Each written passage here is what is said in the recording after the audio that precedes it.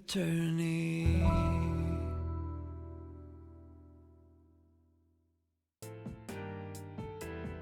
Okay, welcome everyone to a bit of a different thing. Let me just see if I can make this full screen. Yeah, let's make it full screen. Lower the music volume. Sure. I'm gonna. Yeah. Okay. Cool. Return to game. So, welcome to something unexpected. Today we are starting Beneath the Cherry Blossom Tree. This is a bit of an odd case because this game isn't quite out yet. The creator, Single Blossom Games, sent me an early access Steam key because, you know, they wanted me to play their game, and other people too, obviously, but yeah. The reason for why I decided to, I guess, play this game, go along with it, is because of, you know, two simple reasons. Firstly, this is the first time anyone has, like, ever sent me a Steam key. It just came out of nowhere, and it's for, you know, an early access game that's still not out. So, you know, I thought that was cool, and I thought I should probably honor it, you know, just to make sure that I have good relationships with good relations to people, and also, you know, it's the first time this kind of thing has ever happened, so, you know, just for the sake of that, you know, being first. And second, I wanted more visual novels on the channel, so this is seemingly one. At least that's what they described it as in the in their email. So yeah, well, this is not a direct promotion or like a paid ad type of situation. I was still given the game for free and in early access, so I don't know if I guess I need to mention that, probably. And another thing that is worth mentioning, and I think I am required to mention it, I'm not sure. The Steam page at least was required to mention it, that I think, is, and please be understanding, this game uses generative AI to create some of the backgrounds and artwork in this game. Like, in the email I got from the developer, they mentioned being a solo dev, so I think it's a bit more okay in that sense then, considering how much load it takes off when you're just doing these kinds of things alone. Yeah. I tried avoiding all sorts of promo pictures on the Steam page, so I can go in blind as possible, you know.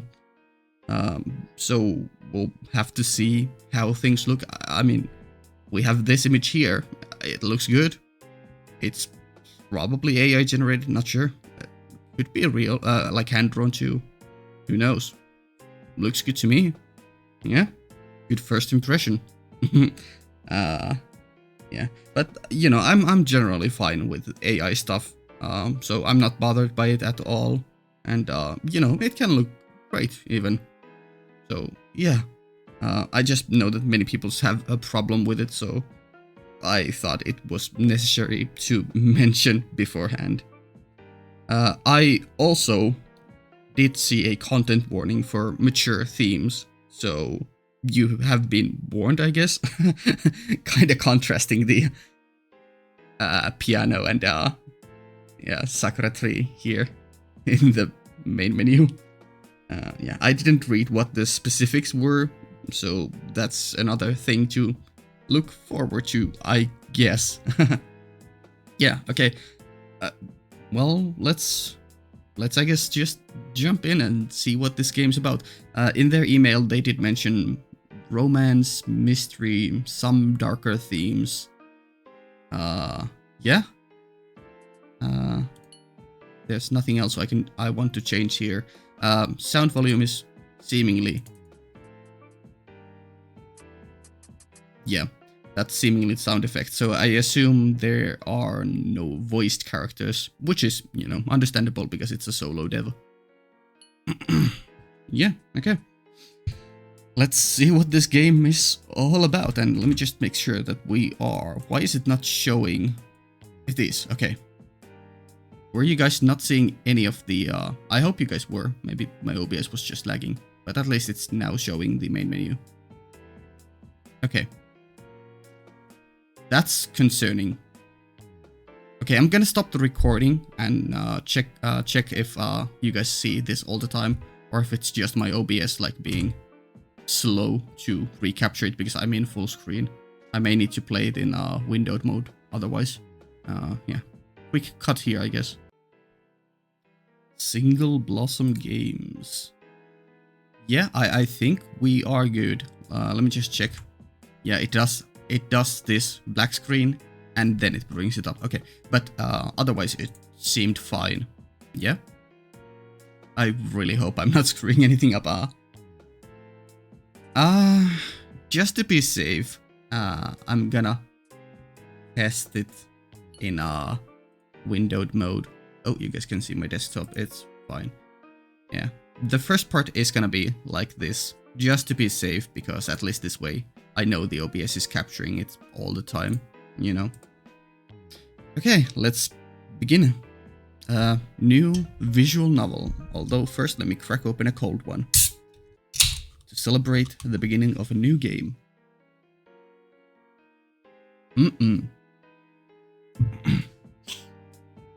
And start. What is your name? We are gonna go with Cell. Ooh, pick text. Nice. Narrator.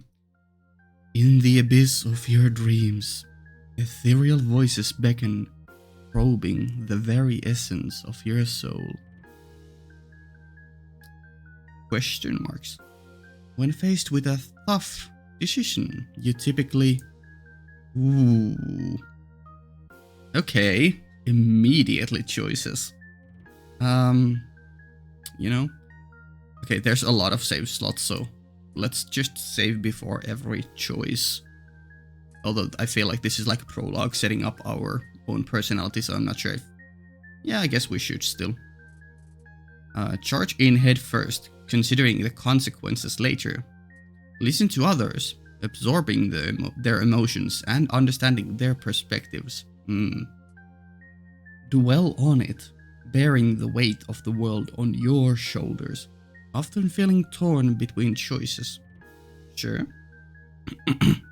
Seek out more information, even if it leads you down strange or dark paths. Choose whatever benefits you the most, regardless of how it affects others. Ooh. If this game does have like darker themes, this could be really fun. Or like these two could be really fun in that. I guess this too. But I'm less inclined to choose the charge in head first. I like all the others more.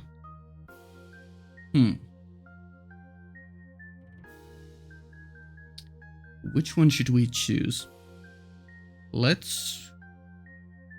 We can probably just go back and after we beat the game, you know, check the other choices and see how things differ. So, you know, no need to dwell on it too much, but we should start with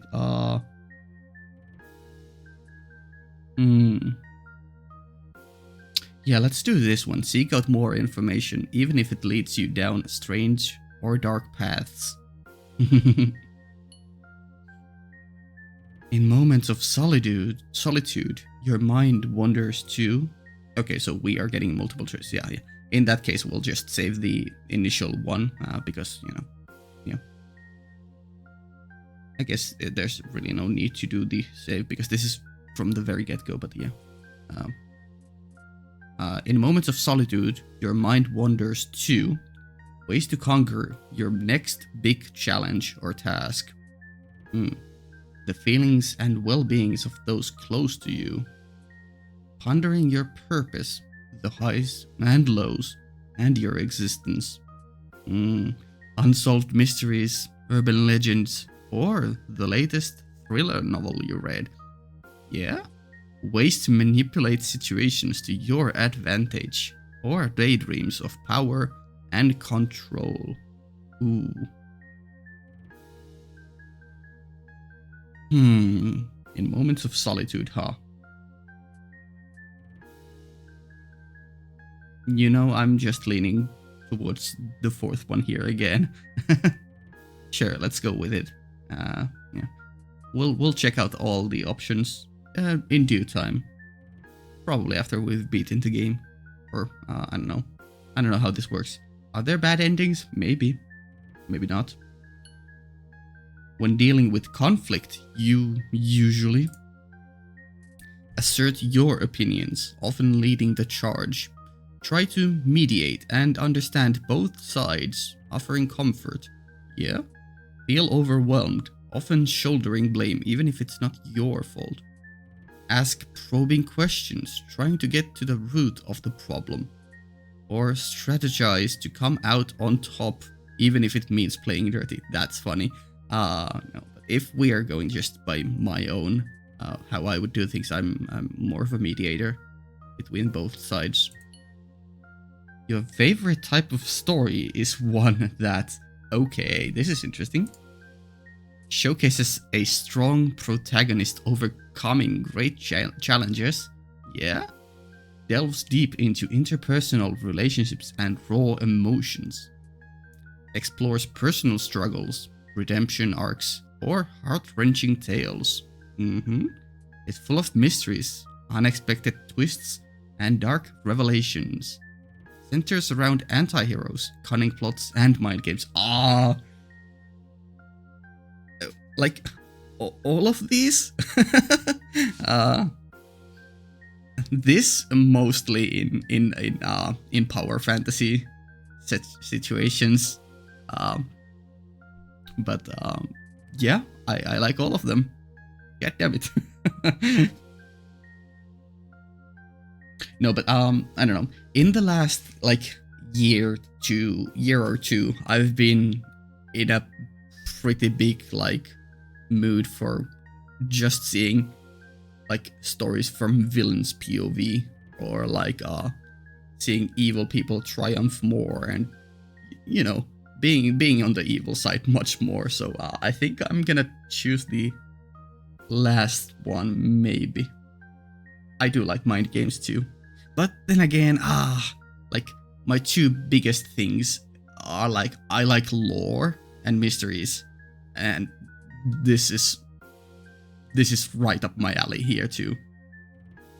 I think I'm still gonna go with this one.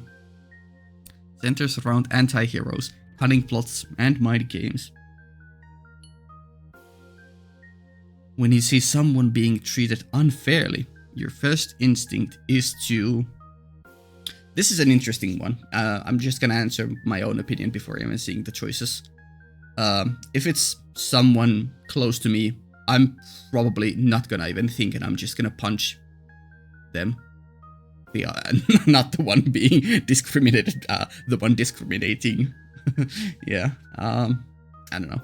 It's just, I guess, an instinctual thing as a big brother, I've often had that feeling when someone was being discriminated towards my little brother. It's just immediately I'm just like, no you fucking don't, no you fucking don't. But if it's a random person or someone I don't know too much, I mean, I still don't IRL, I still don't like seeing them being discriminated in stories, in fiction. I'm lately leaning more towards the evil side, so I might not interfere at all. I might just want to see and wait and let it play out.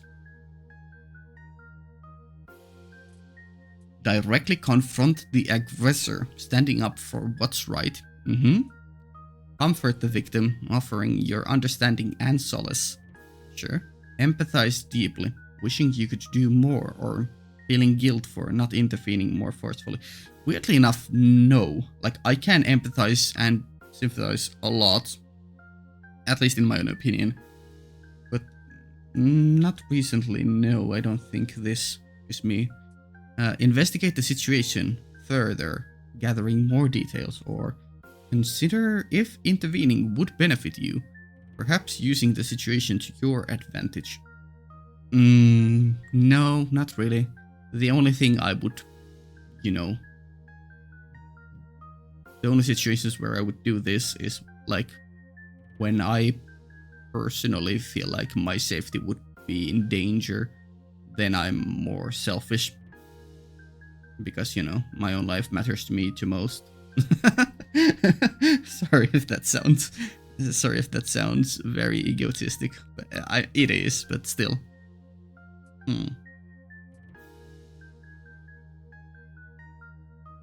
At least in stories, I would like to investigate the situation.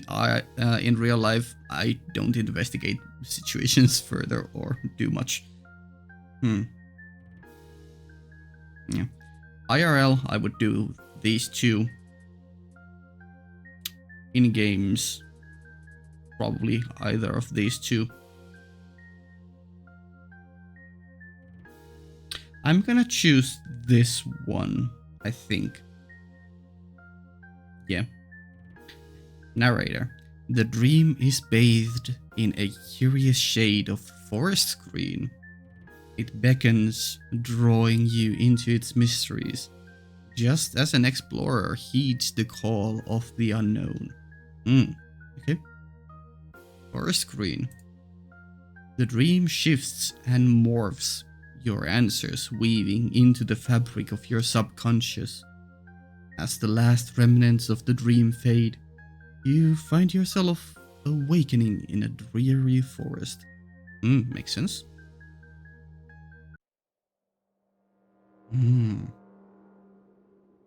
A haunting melody fills the air. The sound is distant, like whispers carried by the wind. Among the shadows, a lone figure sits at a piano, their face obscured by darkness. Let me just see. No, there is not. I was just seeing if there was an option for making the text box less opaque or more opaque. The melody is both beautiful and sorrowful, as if telling a tale of long lost memories.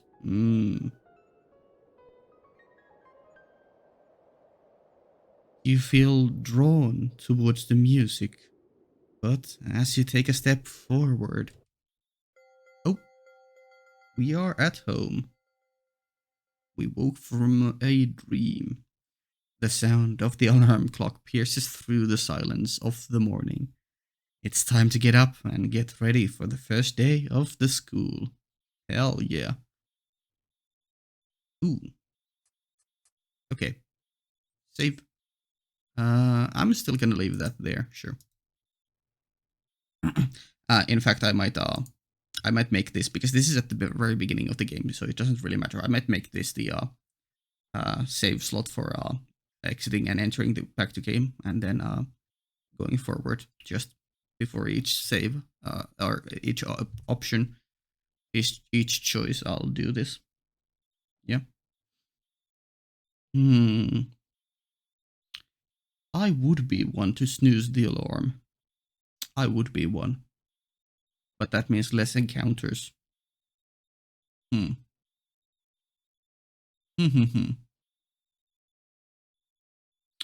Let's still go with the snooze the alarm. You snooze and lose. You snoozed your alarm. Uh-oh. Not a promising title for the what is that? Achievement? Yeah. You snoozed the alarm. A few more minutes. You fall back asleep, only to abruptly wake back a few moments later. Oh shit! I'm going to be late for the first day of the school year. I better hurry. You rush and tumble out of the bed. You quickly get dressed in your school uniform, grab your bag, and rush out of the door. Ooh. Okay, right click does that. Can I, no. I can't. I don't think I can at least, back? Okay, no, it's just, I don't think I can make the text box go away. Fair enough, fair enough. The morning air is crisp and refreshing as you make your way to school. As you walk, you notice a group of students chatting happily amongst themselves. You recognize Hikari, a friendly girl in your class, standing amongst them. Yeah? As you get closer, for a brief moment you see a tired, almost haunted expression across Hikari's face. Ooh. She quickly replaces it with a smile as she sees you approaching. Either a mask or she is happy to see us, and that lifts her spirits. I mean, that's our only choice, but I'm still gonna save it. Approach Hikari. Hello there. Very cute. Yeah, I think the character art is AI generated too. I'm fine with it. I mean, it looks good. I love the drills. I wonder if it's gonna be consistent across, or like if they are gonna use multiple like different types of sprites. If the character art is gonna be, or how consistent it is gonna be. Are there always gonna be the wavy hair and the drills here? The pins in the same place. Hi, Hikari. How are you doing? As you approach her, she shuffles a faded piece of paper into her bag. Drugs. She's doing drugs now. No. Okay, faded piece of paper. Paper, writing, someone. She saw something or was reminded of something when she read the paper. Oh, hi, Sal. I'm doing great, thank you. How about you? Oh, I'm good. Just trying to wake up fully. Did you do anything exciting over the weekend? Not really. I just practiced piano a bit and did some studying. You know how it is. How about you? Piano. Well, we did hear piano in our dream. I just relaxed and caught up on some sleep. Mood. That sounds nice. Sometimes we all need a break. What about that paper? Is it something special?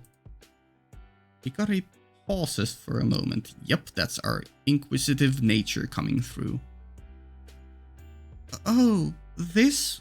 It's a musical piece I'm trying to learn. It's kind of personal. Anyway, we should get going. I don't want to be late for the first day. Yeah, sure. Definitely hiding something there.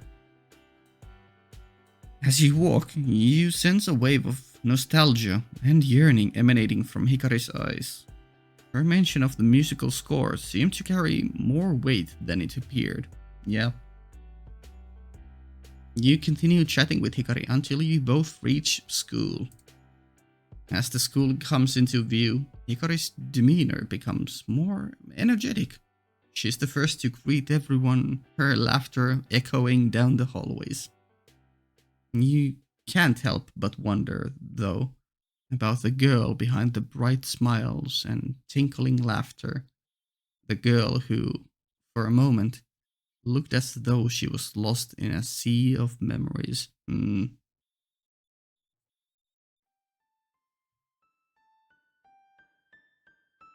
As you enter the classroom, a few empty seats catch your eye. One in particular seems inviting. The seat is next to a girl you don't recognize. She wears a thoughtful expression as she is engrossed in a book about local folklore. Ooh, me likes local folklore. Okay. Take a seat next to the girl or choose a different seat. Ooh. I think we should... I assume we can do different routes with different girls. We should probably try to go for Hikari route first, if that is possible. So let's choose a different seat and not interact with the new girl. You opt for another seat, a bit further away. As you settle down, Hikari walks in, flashing you a quick smile before taking her place. The class begins as usual, with lectures, notes, and the occasional daydream. Lunchtime arrives, and you're finally free to escape the confines of the classroom. You notice Hikari eating lunch by herself near a window. Yeah? You also see two classmates, Rika, a tall, athletic girl, and Yuki, a short, bubbly girl from class. Okay.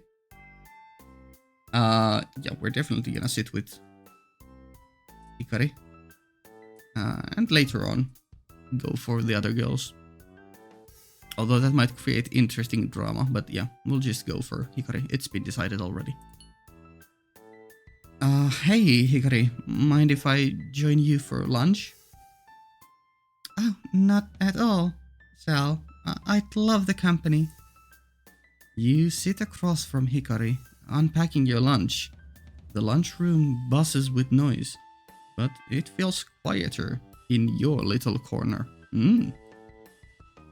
So, what do you like to do in your free time, Hikari? Also, yeah, the hair has changed, yeah. So it's just roughly the same character design. But that's fine, I'm fine with it. Also, hairpins. That's a fun expression. Thank you, AI. Well, I like playing the piano. It's always been a sort of sanctuary for me, I guess. Her fingers gently tap on the table as if pressing piano keys. Her eyes distant, lost in thought. That's really cool, Hikari. Do you have a favorite piece? I'm not too familiar with like piano or classical music or anything, so I'm kind of lost there. There's so many, but I suppose if I had to choose, I'd really love playing Chopin's Nocturnes. There's something soothing and sad about them. Your family must love having music in the house. Well, my mom, she doesn't really see the point. She thinks it's a waste of time, that I should be focusing on more practical things. Wow. Yeah, that's definitely a point of possible drama in the future. Family situation. There's a wistful sadness in her voice, a longing for understanding. You feel sympathy for her. I think it's great that you have something you're passionate about, Hikari. Don't let anyone discourage you from doing what you love. Yeah? Thank you, Sal. That means a lot to me. Hikari offers a small, thankful smile. Yeah. The air between you feels a bit lighter now. Nice. Enough about me, though. What about you, Sal? Do you have any hobbies? I think her eyes lit up a bit. Not sure. You're taken aback by her question, but a smile tugs at your lips. It feels nice to be asked about yourself. True. Ooh. Another choice. Let me just check. Yeah, okay. One thing I forgot to check if we were recording the sound, but we are. Okay, playing video games, reading books, or drawing. Well, judging by the channel, by my own YouTube channel, we are playing indeed video games. I would love to get into reading books. That feels like a fun thing to do, but I unfortunately have read like negative amount of books in my life. And I want to get better at drawing, but it's, I don't know. I feel like I could get good at drawing. Everyone else in my family is pretty good at drawing, but I just personally haven't ever really gotten into it. I want to, but haven't yet, so yeah. Playing video games, I guess. Well, I've always been into video games. Interesting. What got you into that? What got you into the hobby? As you dive into the details of your own passions and hobbies, Hikari listens with rapt attention, her eyes shining with genuine interest. She asks thoughtful questions, laughs at your jokes, and sympathizes with your challenges. You find yourself opening up more than you intended, feeling heard and understood. Wow. Yeah, either she's actually really into me, or she just doesn't want to talk about herself or her past or her hobbies too much. Okay. Or, she could just be nice and cordial. Very much a possibility. By the time the lunch ends, it feels like the two of you have shared more than just a meal. The usual hustle and bustle of the lunchroom fades into the background, replaced by the memory of a meaningful connection. Nice. As you part ways, you feel a warmth spreading in your chest. You're glad to have spent lunch with Hikari, and you find yourself hoping for more moments like this one. The school day finally comes to an end. As you pack up your things, you notice Hikari leaving the classroom in a hurry. Uh-oh. I think we should follow her. Yeah. We are. Definitely. Is there? Yeah, there's just 9. No, there's way more. It just goes up to 9, but there's way more. Okay. We are gonna follow her, as that is our nature. You decide to follow Hikari out of curiosity. She heads to a secluded part of the school where she practices piano in private. You listen to her play from a distance, her music filled with skill and emotion. I feel like I should, yeah.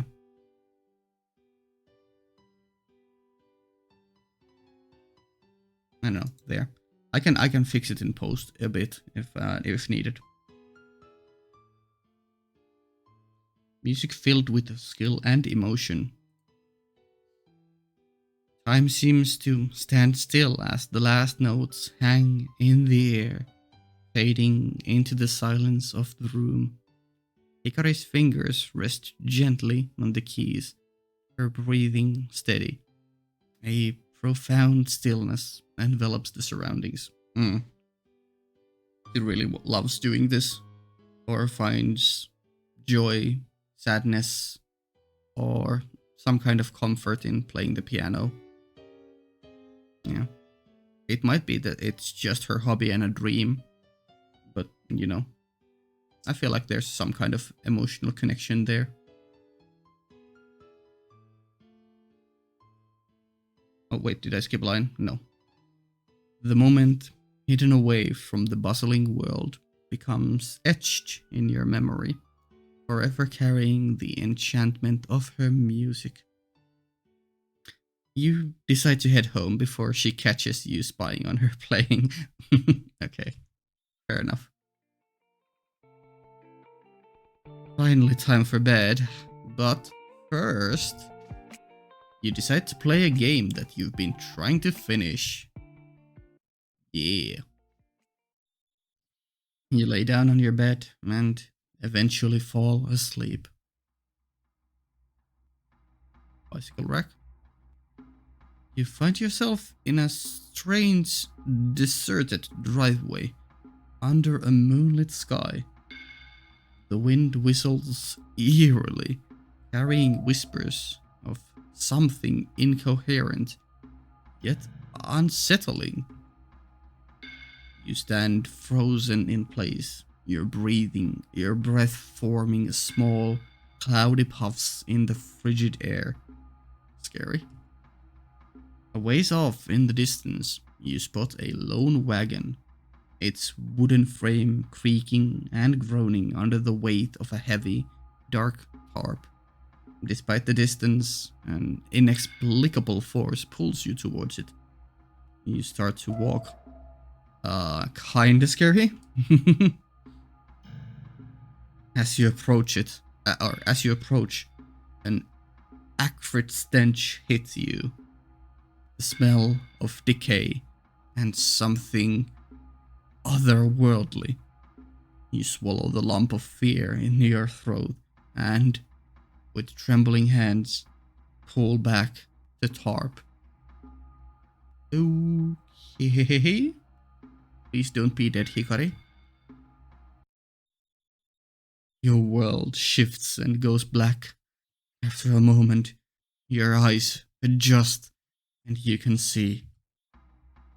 Okay. Hello, bone friend. Beneath it lies a skeletal beast. Its bones, an amalgamation of various animals, send a shiver of revulsion down your spine. Despite its lifeless form, an aura of menace emanates from it, making your skin crawl. Yeah. Would not want to be close to that ever, I don't think. Can we like run away or something? Suddenly, the skeletal creature's body makes a horrible whirring sound and lunges at you. Uh-oh. Huh? And a new day begins as the alarm clock's blaring sound awakens you. You reluctantly get out of bed and start your morning routine. You turn to click off the alarm. Yeah. You quickly get dressed in your school uniform, grab your bag, and head out of the door. Yeah, I wonder what that dream was about. Like, the first one was kinda eerie. We were in a forest, hearing music, but this one just a random ass monster. Skeletal monster combined of various animal bits and parts.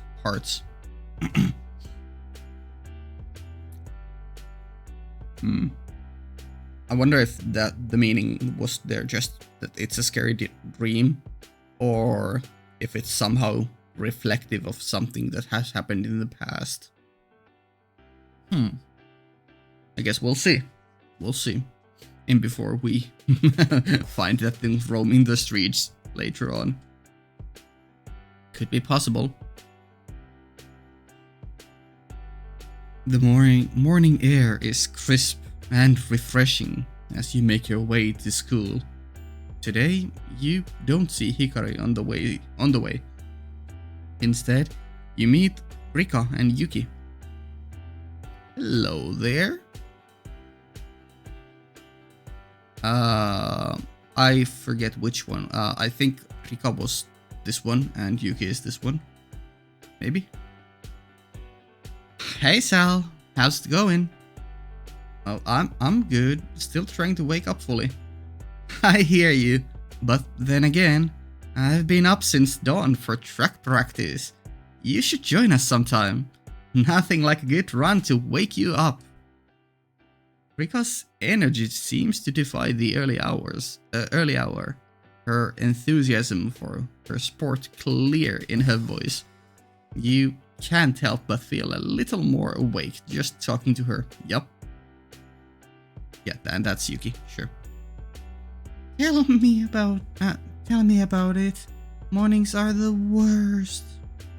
I tried staying up late to finish this great book I'm reading, but now I'm paying the price. I can barely keep my eyes open.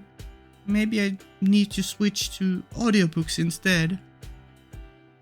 Yuki gives a small chuckle, the corner of her eyes crinkling with amusement. You find yourself grinning back at her. Her easygoing demeanor is infectious. Throughout the walk, the three of you chat about everything from school, hobbies, and plans for the weekend. Rika's competitive spirit comes up in stories about her latest track meet, while Yuki shares her thoughts on the latest fashion trends and her love for literature. Yeah? By the time you reach school, you feel fully awake and ready to face the day. Sure? Just at a first glance, I think I prefer her design. I mean, both, they're cute anime girls, so, nothing wrong with either one, but I think I would personally go for this one. As you approach the school gates, you find yourself wanting to know more about Rika's track meets and Yuki's fashion interests. I mean, I did just say which one I would prefer, so I guess we ask about Yuki about her fashion interests. Yeah? Yuki, you mentioned fashion trends earlier. What's your favorite style or trend at the moment? Oh, there's so many. But lately, I'm really into vintage fashion. There's something about old school charm that's really appealing, don't you think? If you happen to be interested, I'm going to be working on some fashion designs tomorrow morning before class. Feel free to join me. Well, while you're busy with your fashion faux pas, I'll be breaking records and making history on the track. If that fashion stuff sounds too boring for you, come cheer for me at the track meet tomorrow morning. That's cute, darling. While you're busy breaking records, I'll be breaking hearts with my impeccable style. With fashion as my starting block, I think I'm leaving you in the dust, Rika. My heels could outrun your track spikes any day. Wow. Oh, please, keep your glitter dust.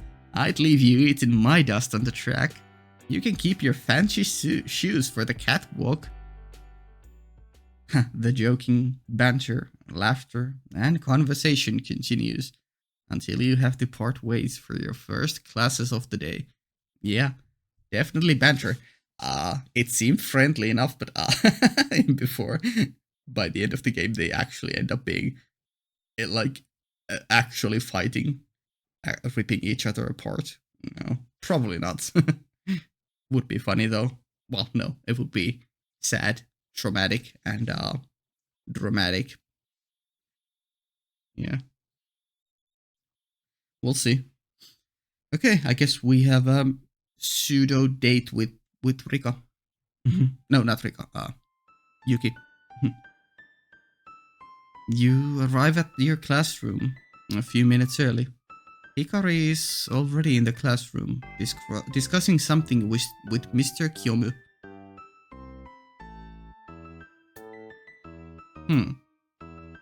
I know this game is developed by an English, in English only, currently at least.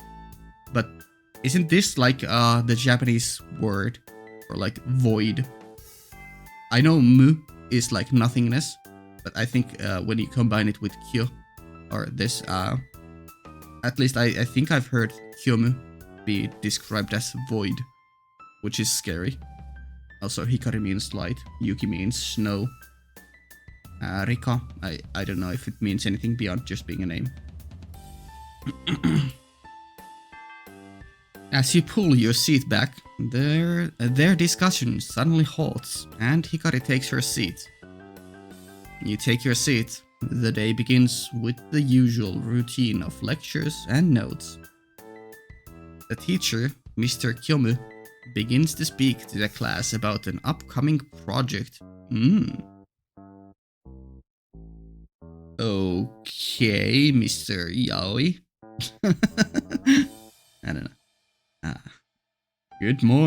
Good afternoon, students. As you know, we've been discussing the importance of creativity in our lives and in our work. To help you explore this topic further, I'm excited to announce a new group project that will be worth a significant portion of your final grade. The design kind of reminds me of the anime Free, the swimming anime.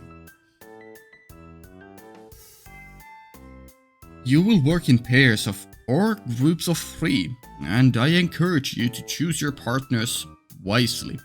Remember that communication and collaboration are key to success in any team project. Anyone who doesn't have a partner by the end of the class will have to work alone.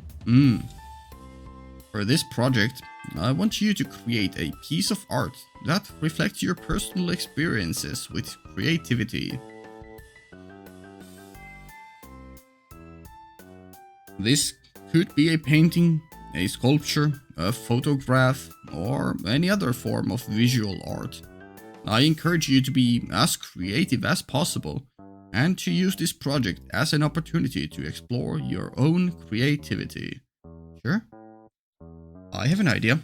How about we try to make a painting of the thing we saw in our dream, the bone structure?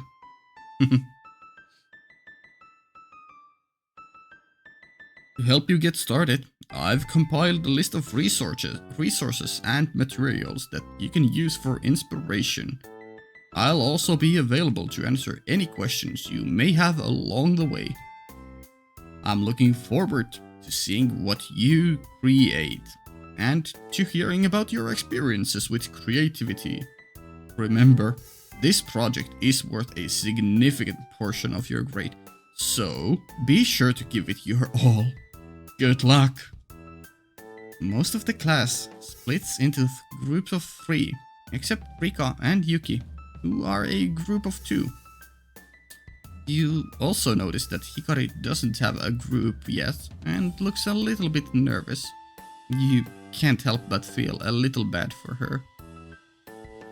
Join Rika and Yuki to form a group of 3 or ask Hikari if she wants to partner up on the project. Definitely go ask Hikari. You approach Hikari. Hey Hikari, I noticed you haven't teamed up with anyone yet. Would you like to partner up for this project? Hikari looks surprised but delighted at your offer. Oh Sal, thank you so much for asking. I would love to. How about we meet up after school to start brainstorming ideas for the project? You notice Hikari's enthusiasm and it makes you feel good about your decision. Yeah, nice. Sounds like a plan. I'm looking forward to it. Me too. That's right. I can't have guests over today. My dad's family is coming over. By the way, would you be okay with us working at your house? My place isn't available today. Ooh, yeah, I thought that she might. Hikari's face falls slightly at your request. My house? Yeah, is that okay? I'm sorry for the sudden request. No, it's fine. Just so you know, my mom is currently out of town and we're in the middle of some renovations. So it's a bit messy. I'll take your word for it now, but obviously, knowing what we have theorized so far, it makes me think that I mean, the immediate crackpot idea that came to my mind, was that she doesn't actually have a mom anymore, and she is living alone. And the reason it's messy is because she doesn't clean, because she doesn't have the willpower or energy to do that.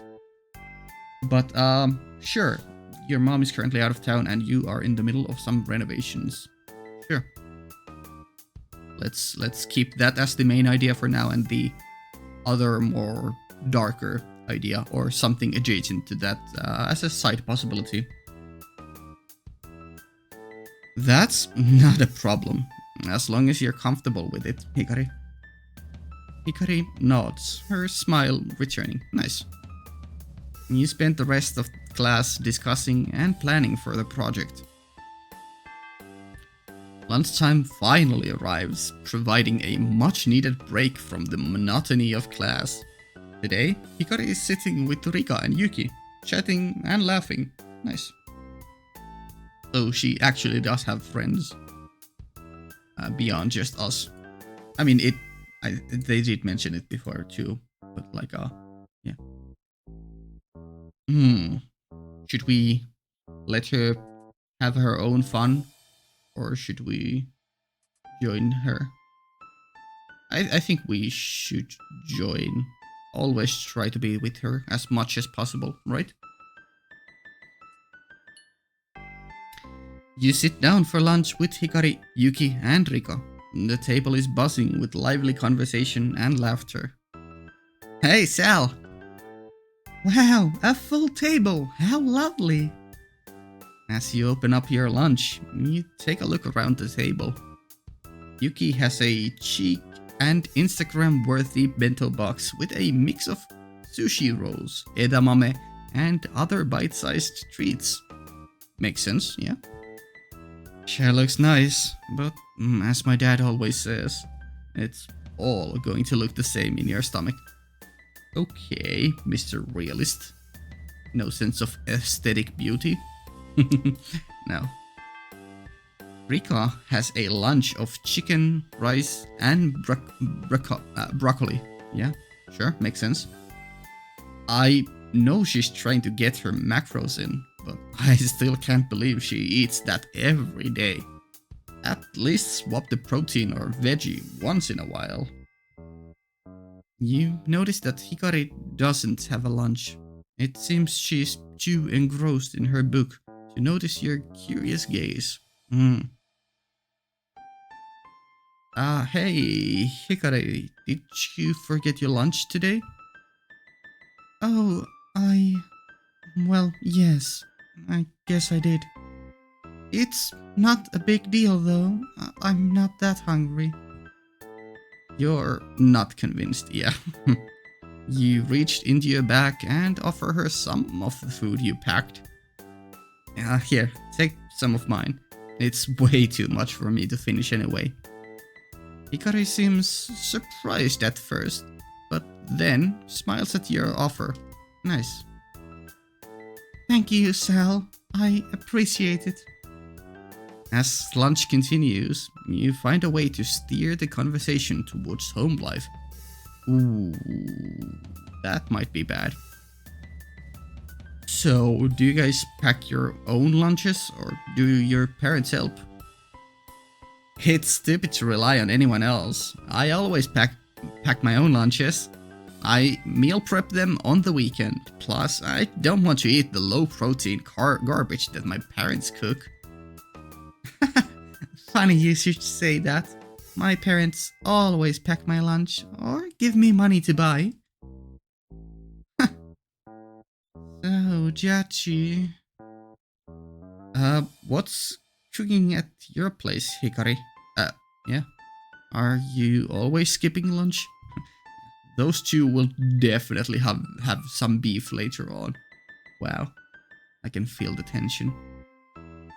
Yeah, I'm not sure if this is the best question to ask Hikari, but oh, well, my mom's usually not around most of the time. She's working a lot. Hikari seems a little uncomfortable, but she tries to brush it off with a smile. Yeah, Her mom is definitely her sore spot. But don't worry about me. I usually find something to eat. It's not a big deal. Ooh, yikes. Yeah, despite the slightly somber revelation, the lunch period ends on a light note with everyone chatting and laughing. Yeah, I can already feel the upcoming drama. Oh my god. The school day comes to an end, and you notice Hikari talking to Kana in the hallway. Okay. Approach Hikari and Kana or let them finish their conversation without interrupting. No, we are gonna butt in everywhere. Hello, Kana. I like the glasses. Hey, Hikari, Kana. What you two talking about? Oh, hi, Sal. Kana was just sharing some interesting legends about an old cherry blossom tree near our school. It's quite fascinating. Okay. So, I don't know if this is the meta in me trying to figure things out, but the first person to bring up the title or the thing inside of the game, they are highly suspicious, at least in my mind. So, big question marks for Kana. Maybe she's just, heard rumors. Might not be not anything, but, yeah, quite fascinating, huh? Sure. Yes, there's one that's not just a pretty landmark. That tree carries history and, as per local tales, a touch of the supernatural too. You raise an eyebrow, intrigued by this revelation. Hell yeah. Kana chuckles at your surprised expression. There's one story that's particularly famous around here, known as the Lover's Promise. Legend tells of a young couple who made a pact beneath that very cherry blossom tree during the war. Lover's Promise. The man, a soldier, had to leave for battle, and they promised to meet under the cherry blossom tree when he returned. The girl would wait there every year, longing for her partner's return. Unfortunately, the soldier never came back, yet the girl, unable to let go of her promise, continued to wait year after year. Kana takes a dramatic pause, and you lean in, captivated by the narrative. They say her spirit couldn't rest. Even after her death, it lingered around the cherry blossom tree, forever waiting for a lover who'd never return. The story sends chills down your spine. One of the beautiful trees you've always admired now carries a haunting melancholy. Yeah.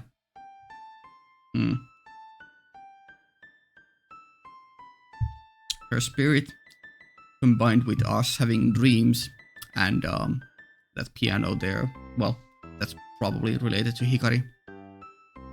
And then the second dream with us seeing that skeleton monster. The skeleton monster may being an amalgamation of dead soldiers. Relating to the soldier who never came back. At least that's the first idea that came to my mind. Okay.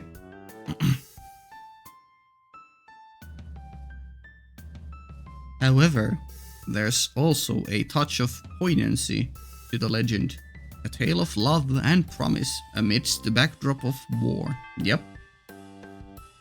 If you find this stuff interesting, Sal, I'm going to be doing some research and exploring tomorrow morning. You might find it fun. Then again, you might find it weird. Just find it weird and boring. No, I'm personally very intrigued. Um, Always interested in the supernatural, but unfortunately we have locked in with yeah. You spent the rest of the time discussing more about the local legends, each one adding more mystique to the quiet town you've always known. The conversation finishes and Hikari turns to you. Hey, she's smiling at the very least. Sal, we should head to my house to work on the project. Yeah, sounds good. Two of you begin to walk to her house. Oh, yeah. Renovation is an understatement. Arriving at Hikari's house, you're taken aback by its condition. The worn and unkempt interior hints at the struggles of its inhabitants. Inside the house is tidy but worn. Every corner whispering stories of better days. I wonder if her mom is like, I'm just assuming that her mom does actually live here too, and it's not the crackpot theory of her not having a parent or something. Yeah, her mom being very strict on Hikari not getting to enjoy stuff like playing piano because, you know, they live in seemingly, I don't know, maybe they are rich, but it feels like they would live in poverty. Though they said they are renovating. So, But yeah, if they are living in like poverty, I would understand why her mom would be like, no, don't waste your time on piano. You need to make money. You need to get a better future for yourself to be able to afford living and a good life, unlike me or something. Or it could be the other case that they are actually, you know, well off, or at least decently well off, and they are literally just renovating, and her mom has some other reasons for wanting to steer Hikari's life into a different direction. Sure.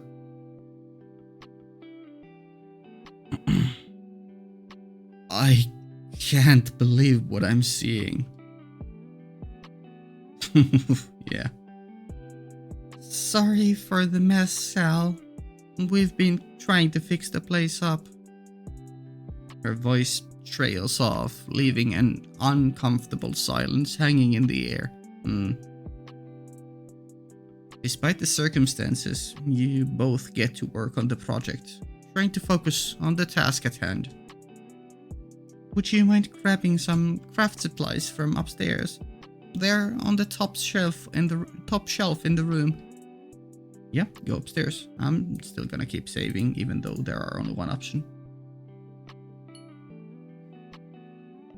You nod, heading upstairs. This seems like a better kept room, at least from the art. This is clearly the nicest room in the house, yeah. You searched through the room. Hold there. Oh, it's actually I wasn't expecting interactive elements. Okay. No secret hidden floors we can interact with. Okay, let's start from the left. There's an odd-looking panel that which catches your eye. You knock at it. It sounds hollow, as if there is a space in the wall behind it. Really? I mean, there's not much room there, but sure. However, you can't find a way to remove the panel from the wall. Need to come back here later with some sort of tool. In the walls, in the thin walls, there are human bones or something. Something scary. Yeah, I think these are what we are supposed to grab, so let's check that last. As you rummage through the cupboard, you see the craft supplies. Oh, damn it. As you go to remove them from your hand, your hand brushes against a box tucked away in the back. Curiosity piqued, you open the box to find an array of items. A faded photograph, a well-worn cap, a pocket watch, and nestled among these items, a piece of folded paper. Ooh, like she had in the beginning. Upon unfolding the paper, you realize it's a poem titled Cherry Blossom Dance. The handwriting is delicate, yet firm, a poignant mix of strength and vulnerability. The words seem to dance on the page, inviting you to read. Okay. I assume we go like this and not like din din din din din. Cherry Blossom Dance. I watched as you had your last dance. In your absence, I've no chance. From your love, I learned to cope. In its absence, I've lost all hope. Cask and spirit held you close, more than I, your cherished rose. In the glimmer of the drink, you sighed. In its embrace, part of me died. Loved and lost, a cruel play. I watched as you began to sway. In the mirror, a stranger's stare. In his eyes, an empty glare. I watched you sink. I watched you fall. Your voice, no longer a comforting call. In the depth of the night, you'd roam. In the dawn, no more our home. In your sorrow, you forgot to see how your shadows fell onto me. I see your face under the twilight's hue. Do you see the pain we've been through? In your love, I found my strife. In your absence, I divide. Yet, the melodies of your voice. Oh, I think I've read this wrong. I think it's like ding, ding, ding, ding, ding. Whatever. I'll read this part here, like so, and then we'll see. Yet the melodies of your voice, in my heart, I have no choice. In your words, I find my fight. In your memory, I seek the light. Underneath the stars' cold glance, I learned the bitter steps of this dance. In your absence, I found my way. In your memory, I learned to stay. In the echo of your song, I weep. In its melody, my sorrows sleep. Under the cherry blossom's tear, I feel you close, forever near. Yeah, very sad. Very, very sad. Melancholic. Longing.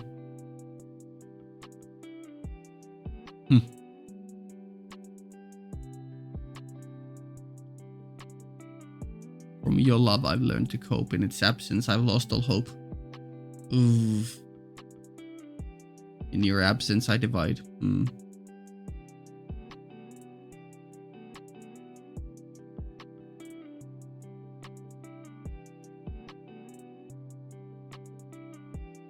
I watched as you had your last dance. Yeah. Loved and lost a cruel play. I watched as you began to sway. In the mirror, a stranger's stare. In his eyes, an empty glare. This stings a lot. This is actually cruel. Yeah.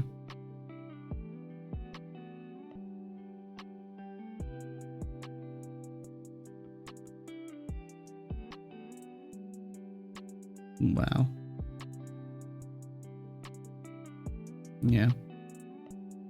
The other person losing their way, losing their love, losing their life, every hope, but the other person trying to cling on to that person, trying to still love them. In your memory, I seek the light.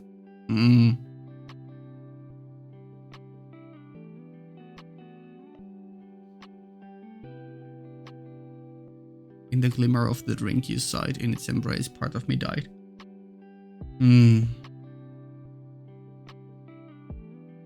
Cask and spirits held you close, more than I here cherished rose. Oof.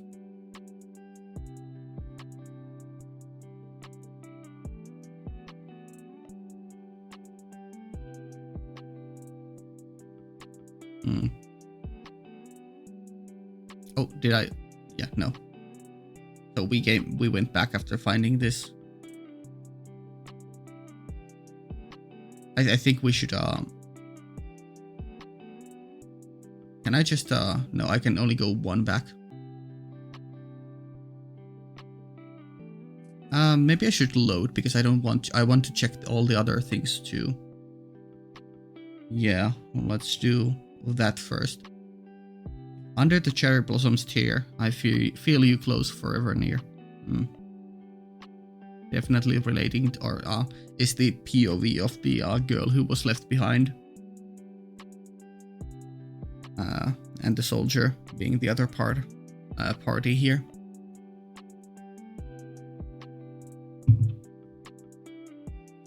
Sure. Let's load from here. Yeah. Go upstairs. Let's go through all of these and let's go there last. Actually, does this lead it to it too? No. These old bottles are covered in dust, with most of them empty. Empty like my souls. Oh, wow. Okay. Is there a mouse in the house? Oh, I remember. You remember what? Please tell me. There's a pile of crumpled paper here. Upon closer inspection, they are dusty music sheets. The compositions are handwritten, look complicated, and have faded over time.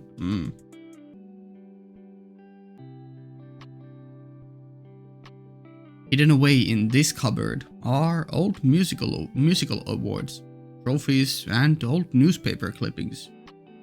You take a closer look at the newspaper clippings. August 30th, 1994. I assume we are in the current year, 2024. Okay. Yeah, this reminds me of Your Lie in April, I think. Yeah. Kinda. Yeah. I assume the mom here was a previous pianist, then won awards. Something happened that turned her bitter towards it. Some either tragedy or she just wasn't quote-unquote talented enough or something. At just 16, Fumio captivated audiences with his riveting piano performances. Fumio sounds like a woman's name, but sure. His riveting piano performances.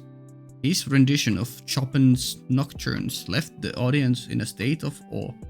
Truly a prodigy in the making. Okay.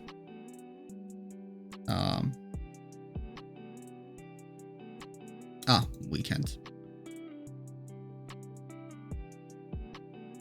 Yeah. So I guess Fumio would be Hikari's dad. The mom, yeah. Husband of the mom. And then, like 6 months later, in March 1995, Fumio dazzles once again, the headline reads. His nuanced understanding of musical theory and emotional intelligence is beyond his years. Then, almost 2 years later, The reviews praises Fumio as a musical sensation, delivering an electrifying performance that demonstrates maturity and expertise. A must-see act. Now I'm also thinking about Madoka Magica with Sayaka and fuck, I forgot the guy's name. February 7th, 1998. So 19 year and like 2 months. Fumio continues to impress, though critics note that his performance lacks the same spark as previous years. Still, a talent not to be overlooked. And then 1.5 years later, on October 22nd, 1999, the review is lukewarm, stating, "While Fumio still displays remarkable skill, tonight's performance felt uninspired." And then, whoa, 2-year time skip. Almost 3.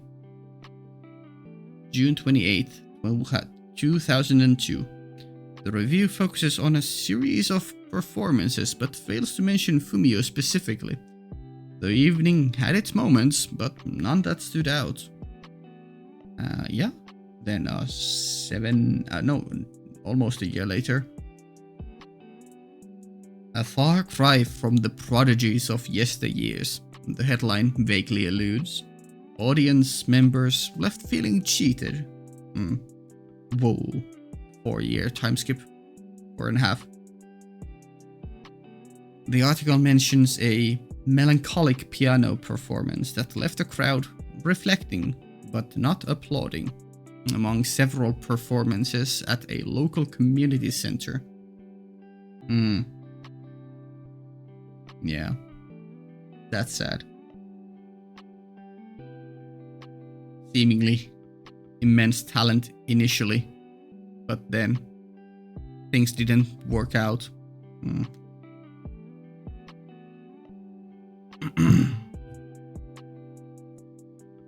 Doesn't even need to be Hikari's dad.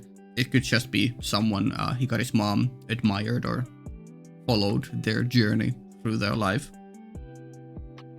Or maybe this is some clippings from Hikari, who, but then again, there are trophies here, indicating it's probably the father. In this cupboard, you find a stack of letters and newspaper clippings. These documents seem to tell a melancholic story. Job rejections. We regret to inform you. One rejection letter from a prestigious music academy stage. Another from a local orchestra echoes the same sentiment.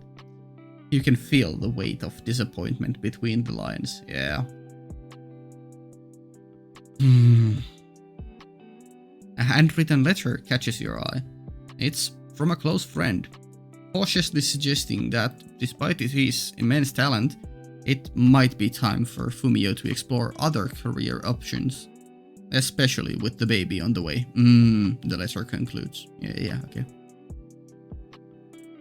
Yeah. Job ads. You also find some newspaper job ads circled with ink.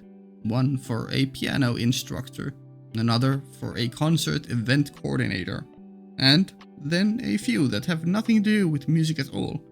Sales representative, construction worker. Yeah, oof. Among the rejection letters, you find one acceptance letter. It's for a career in the military ground defense force. A far cry from the concert halls he once dreamed of. Okay.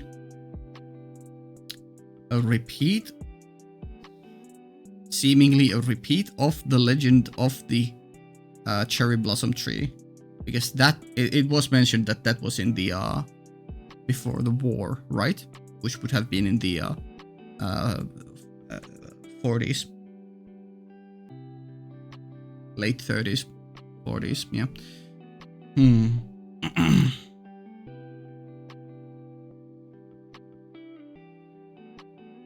Yeah, that's scary. And there was nothing else here. We can't do anything with that. Nothing to interact in the ceiling or on the floor tiles. Okay, let's grab this and yeah. Yeah, so this is probably a poem the mother wrote.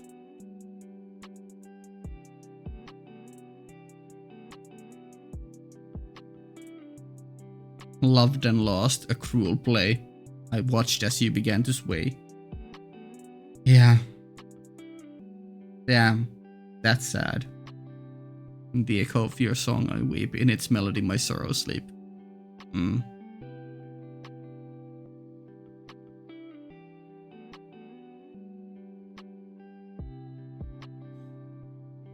Okay, that was a that was a whole thing, holy. With the box of craft supplies in hand, you make your way back downstairs. Looking at Hikari, you see her in a new light. A sense of determination and resilience emanates from her despite the hardships she faces. Yeah. The rest of the day is spent in a flurry of creativity, filled with concentrated silences and light conversations. Despite the state of the house, it's the people that truly define home, and you can see that in Hikari. Ooh, oh boy, what a day at her house. As the night comes to an end, you part your ways and head back home. You arrive back at your home and get ready for bed. You rest your head and slowly drift to sleep. Yeah, I think that's where we're gonna leave the first part. Holy. A lot of drama, yeah. There's gonna be a lot of sadness incoming. I'm looking forward to it. Yeah. How do we navigate through Hikari's situation? I wonder if her mom will be a character we will encounter or will be a part of the game. Or if she's just, you know, a background motivation for Hikari. Not sure yet. Oh boy. Yeah, I'm enjoying it. I'm I'm actually kind of looking forward to seeing the banter go all kinds of directions between Yuki and Kana. No, Kana? Was it Kana? I forgot. God damn it. Maybe? No, it was not Kana. It was fuck. We'll see next time. Sorry. It's the first part. You can probably forgive me. Yeah. Okay. Yeah. Cool start. So far everything. I feel like everything has been AI generated art-wise, but I don't have a problem with that. But yeah. Cool. I do have a Patreon where you can get early access, usually up to 2 weeks. Though lately I've been a bit behind on that due to being sick and other IRL reasons, but I hope I can get that going on soon enough for this game too. So yeah, link to Patreon is down in the description. There's also other links like Discord, which is free to join. You can chat with me there about all the games or other stuff. There's a small community forming there, which is cool. Yeah, cool. Patreon early access up to 2 weeks. Link down in the description. Cool. See ya.